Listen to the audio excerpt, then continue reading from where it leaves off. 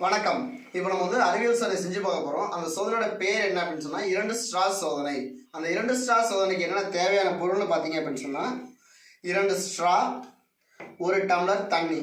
சரிங்களா? இப்போ இந்த 2 ஸ்ட்ராஸ் வச்சு என்ன பண்ண போகிறோம் அப்படின்னு சொன்னால் ஒரு ஸ்ட்ராவை தண்ணியில் வச்சு நம்ம உறிஞ்சி குடிக்க போகிறாரு. சரி, இப்போ உறிஞ்சி குடிச்சிங்களா? உறிஞ்சி குடிக்கும்பொழுது தண்ணி வந்துச்சா வரலைங்களா? தண்ணி வந்துச்சு. வேகமாக வந்துச்சா அப்படி வந்துச்சா? வேகமாக வந்துச்சு. சரி, இப்போ இந்த ஸ்ட்ராவை வச்சு நீங்கள் உறிஞ்சி குடிக்க போகலாம்.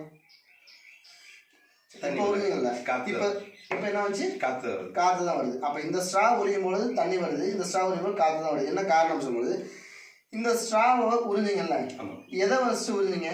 இந்த இடத்துல சொல்லுங்க, காற்று வந்துச்சு. இந்த இடத்துல வந்து உறிஞ்சும் போது இந்த ஸ்ட்ராக்கு உள்ள தண்ணியோட தண்ணிக்குள்ள மூழ்கி இருக்கும் பார்த்தீங்களா, அந்த மூழ்கி இருக்க அளவு தான் தண்ணி இருக்கும் ஸ்ட்ராக்குள்ள. அதுக்கு மேலே என்ன இருக்கும்? காற்று இருக்கும். அப்போ அந்த நீங்கள் ஃபஸ்ட்டு உரியும் போது எதை உரியுறீங்க? காற்றை தான் உரியுறீங்க. அப்போ காற்றை உள்ளே உறிஞ்சிட்டிங்கன்னா இந்த ஸ்ட்ராக்குள்ள காற்றோட அழுத்தம் அதிகமாக இருக்குமா கம்மியாக இருக்குமா? அதிகமாக இருக்கும்.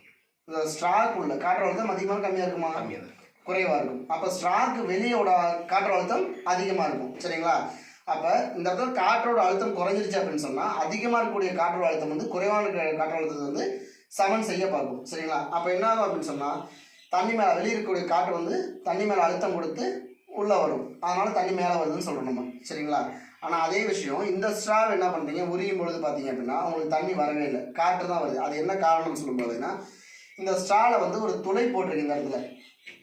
இந்த துளை வழியாக என்ன பண்ணுறது, நீங்கள் உரியும் பொழுது இந்த ஸ்ட்ராக்குள்ள ஒரு காற்று என்ன ஆகுது வந்துடுதுங்களா? அப்போ இந்த ஸ்ட்ராக்குள்ள காற்றழுத்தம் குறையும் பொழுது அந்த காற்றழுத்தத்தை சரி பண்ணுறதுக்காக என்ன பண்ணுது, இந்த துளை வழியாக வெளியே வளிமண்டல காற்று என்ன பண்ணுது வந்துடுது, வந்து அந்த காற்றோட இடத்தை சமன் செய்யுது அப்படின்னு சொல்கிறோம். சரிங்களா? அதனால் நமக்கு வந்து காற்று மட்டும்தான் வருது, தண்ணி வரலை அப்படின்னு சொல்கிறோம். சரி, இப்போ இதில் பார்த்தீங்க அப்படின்னு சொன்னால் காற்றோட அழுத்தம் குறையும் பொழுது காற்றானது உள்ளே வரணும். உள்ளே வர்றதுக்கு என்ன தடையாக இருக்குது? தண்ணி தடையாக இருக்குது. அப்போ தண்ணி தடையாக இருக்கணும், தண்ணி மேலே என்ன பண்ணுது, அழுத்தம் கொடுக்குது, காற்றழுத்தம் கொடுக்குது. சரிங்களா? ஆனால் அதே விஷயம் இதை தண்ணியில் வச்சு உரியும் பொழுது பார்த்தீங்க அப்படின்னு சொன்னால் இங்கே வந்து எந்த ஒரு காற்று உள்ளே வருவதற்கு தடை இருக்கா இல்லையா? தடை இல்லை. அப்போ இங்கே காற்றழுத்தம் ஏற்படலை. அப்போ காற்று தான் செல்லும் பாதையில் ஏதேனும் தடை இருப்பின் காற்றழுத்தம் உருவாகும் அப்படிங்கிற விஷயத்தை இந்த சோதனை மூலியமாக நான் செஞ்சு பார்த்துக்க போகிறோம். நன்றி.